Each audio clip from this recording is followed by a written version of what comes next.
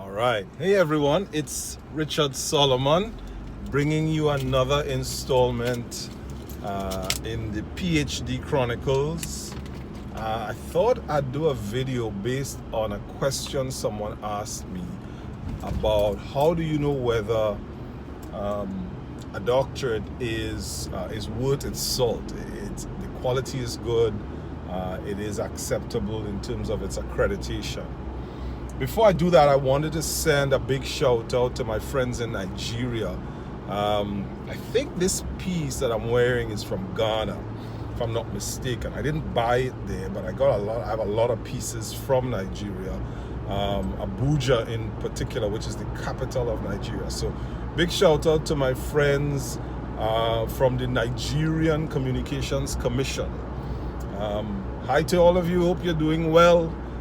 Nigeria is the most populous country in Africa, and the Eastern Western Association of Countries, I don't know if I got that name right, please forgive me, but they're commonly referred to as ECOWAS, recently launched their own currency called the ECO, so that's interesting. So shout out to my friends in Nigeria. All right, so I wanted to do this video based on that question about how do you know if a program or even a university is worth its salt. And of course, once we ask that question, we have to discuss accreditation.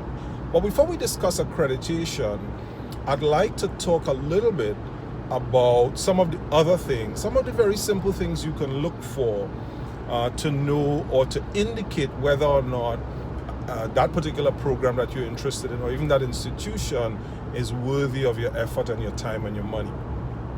Now, in the digital age that we all live in, there are lots of offerings online. There are lots of programs that you can easily find, you can easily get enrolled in. All around the world. There are very few limits where that is concerned.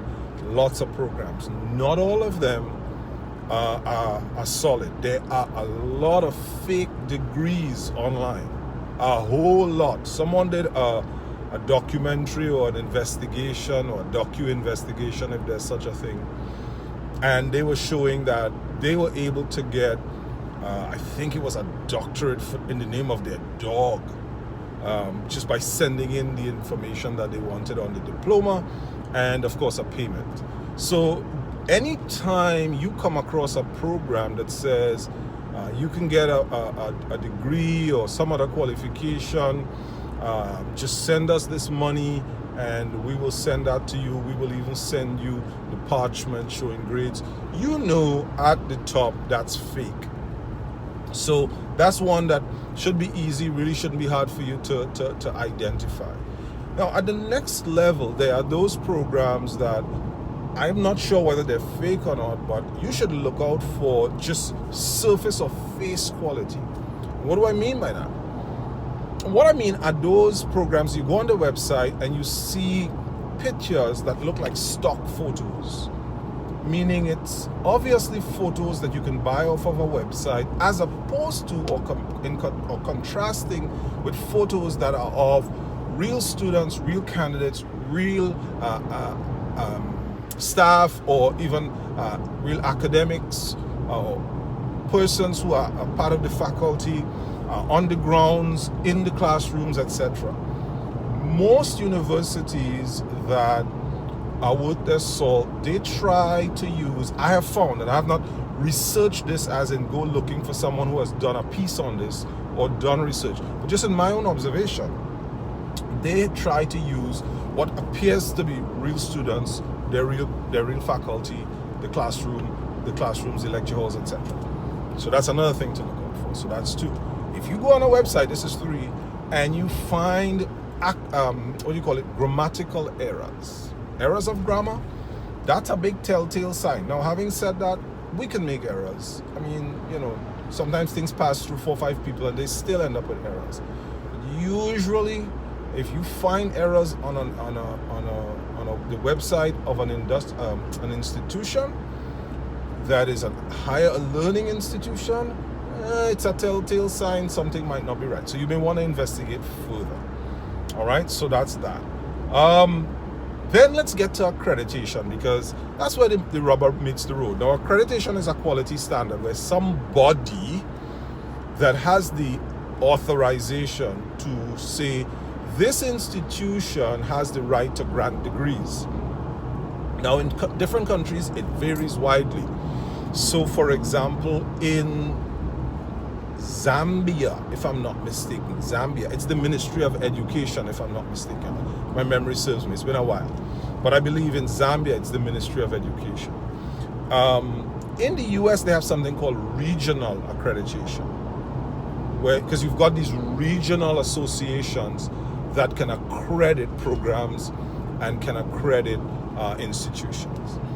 In my own country, Trinidad and Tobago, we have something called the Accreditation Council of Trinidad and Tobago. I apologize for the bumpiness. The Accreditation Council has been given its powers by an act of parliament that gives it the right to accredit institutions and programs. Now, in my own situation, I can ask, and I have asked the Accreditation Council of Trinidad and Tobago to give me an opinion on the accreditation of an institution, on the accreditation of a program.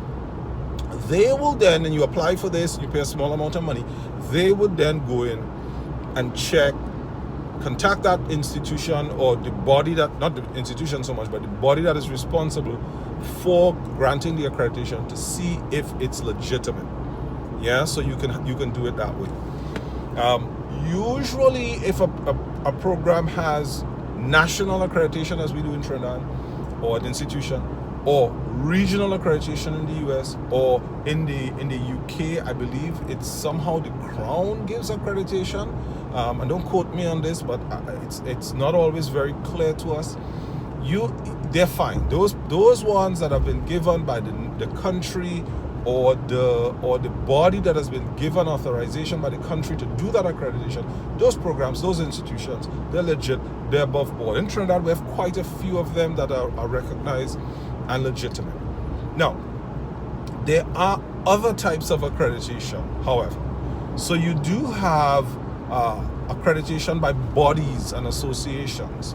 There are bodies that give accreditation: Distance Learning Association, business associations, business groups that give accreditation. And some of them are quite good.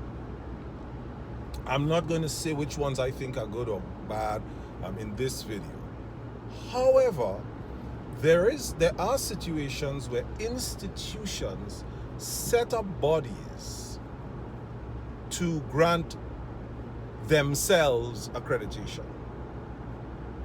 Those are the ones that you want to look out for, where institutions set up a body that grants accreditation to the institution. So it's like give himself accreditation. Those are the ones you want to look out for. They're obviously not legitimate, because I can't accredit myself. I can't give a stamp of approval to my own work. Someone else has to do that. Yeah, in those cases. So those are some ways that you can look to see if the accreditation is solid. When in doubt, leave it out.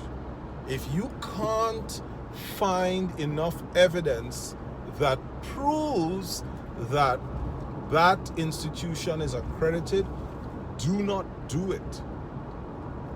Do not do it. Because you're going to spend a lot of time, maybe a lot of money, working on a qualification, only to find out down the road that it's not even worth the paper it's printed on. So I say, when in doubt, leave it out. Don't do it. Don't go after qualifications where you find you're questioning the accreditation. If you have to question it, don't do it. All right. Another thing that you could look out for where programs are concerned, and doctoral programs in particular, if it's too quick. So they may say, okay, here are your courses, or this is what you have to do, and you can, submit something, and then you can get it done in short time, 3 months, 6 months, a year. Oh boy, usually that's a big red flag. Now, it's not for me to say that a PhD can't be completed in a year, because theoretically there may be some PhDs and other doctorates that can be. So, for example, in my searching, I came across a doctorate by published works in the UK. And there are institutions, fully accredited institutions, that provide that. And essentially, a person has been doing work over a period of years. They have a body of work. They're able to put that together into a completed thesis. And it's by this thesis or dissertation only. And therefore they're able to get that. Yeah, so that's very possible. So I'm not saying that if you have, and you can do that, if you're disciplined, you can do that in a relatively short time. So it's not for me to say that because it's quick, it's not good. But usually a doctorate is going to take you minimum 2 years. Most countries, the minimum is going to be 3. Most people take 4, 5, 6 years. Many people take more to complete a doctorate. I mean, you don't need to take that long. And I mean, I'm a little bit ambitious, so my goal for myself is to be done in 2. My plan is to be done with my next 2 courses, which is directed reading and the proposal, in the next semester. And then I have 1 year now to do collect my data and analyze it, do my write-up. Maybe I'll be done in 2, and that's my plan. Maybe I'll be done in 3, but it usually takes upward of 2 years to get a doctorate. Most institutions have a lower limit. Yeah, most institutions have a lower limit where they'll say, okay, the minimum time of registration for a full-time student is this, for a part-time student is that. By the way, full-time and part-time have nothing to do with when you attend classes. It's about your course load. What's the course load that you take on in a particular period? And normally when you register, they ask, do you want to be a full-time student or a part-time student? I work full-time. I run an entire business, but I'm also a full-time student. Yeah. So yeah, those are some things that you want to look out for. Just to restate, don't pursue a program if you are not convinced of the accreditation. And if you cannot say for sure, if you're not absolutely sure that the accreditation is solid, get the accrediting body in your country. Again, in Trinidad, it's the Accreditation Council of Trinidad and Tobago. Different countries have different ones. Get them to give you an opinion, because you do not want 3 years down the road, 5 years down the road, someone saying to you, hey, that program or that qualification that you have is from some farcical institution. All right, you want to be able to use it. You want to be proud of what you've done. You want to do solid work. You want good quality work.